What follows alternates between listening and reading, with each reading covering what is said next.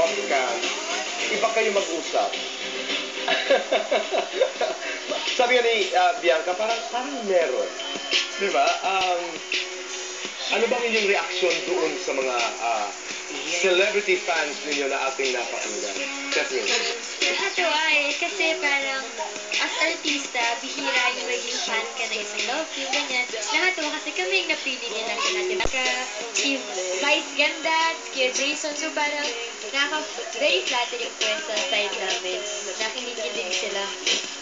Daniel, totoo nga bang pinagbabawalan mo mag-miniskirt si Catherine at seloso ka nga ba? Teka, una-una gusto kong magpasalamat sa mga nagpa-interview muna kay Ate Bianca, kay Vice Ganda, at saka syempre kay Kuya Jason. Maraming salamat po sa inyo. At yun na, oo, totoo po yun na,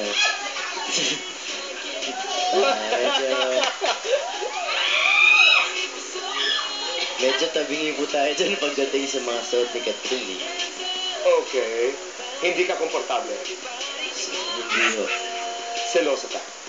Oo. Pag pinagbabawalan ka ni Daniel, ano ang nagiging reaction mo? Sumusunod ka ba?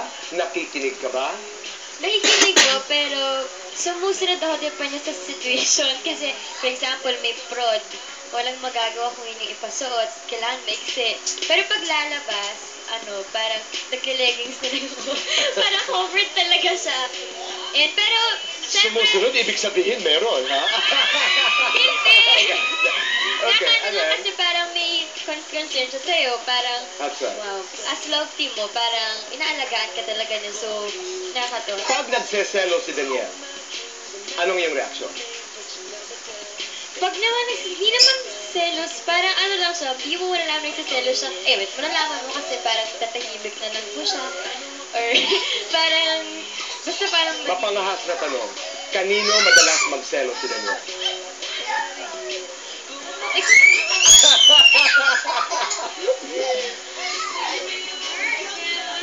Ako na lang sasagot.